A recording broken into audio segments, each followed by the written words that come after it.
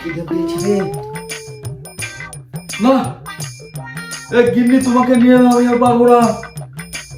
সে কবে থেকে বলেছি যে টেবিলের উপরে খাওয়া না দিতে, আর টেবিল কিনেছি তাই বলে কি টেবিলের উপর খেয়ে খেয়ে টেবিলটা নষ্ট করব?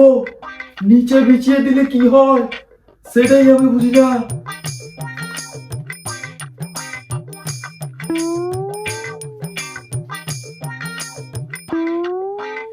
এত খাবার রান্না করেছে, আর বাড়িতে কি উৎসব লেগেছে নাকি?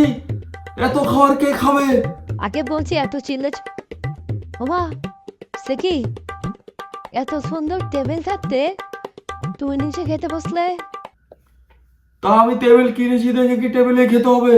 টেবিল কিনেছি যাতে মানুষ দেখে বুঝতে পারে যে না আমি টেবিল কেনার সামর্থ্য রাখি, তাই বলে কি টেবিলে খেয়ে খেয়ে টেবিলটা নষ্ট করবো? এই শোনো, তুমি না তোমার এসব কিপ্টে মেয়ে একদম বাদ দিয়ে দাও। মানুষ আমাকে কিপ্টে বউ বলে। সে কত রকমের তরকারি রেঁধেছে রে।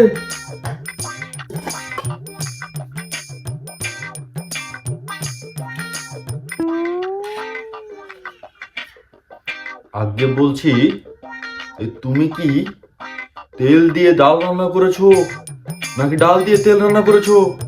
এ তো তেলের জাহাজ ডুবিয়ে দিয়েছো ডালের মধ্যে। সেই জন্যই তো বলি যে 2 মাস না যেতে 1 লিটার তেল কিভাবে শেষ হয়ে যায়।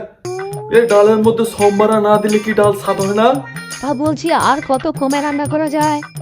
সে কবে তেল এনেছো তোমার মনে আছে? তুমি কি চাও না আমি একটু বেশি দিন বাঁচি? তুমি তো সেটা চাও না। তুমি তো চাও আমি যাতে তাড়াতাড়ি মরে যাই, তুমি আরেক জায়গায় বিয়ে করে ফেলতে পারো। তা না হলে এত তেল কেউ খরচ করে, এত তরকারি কেউ রান্না করে?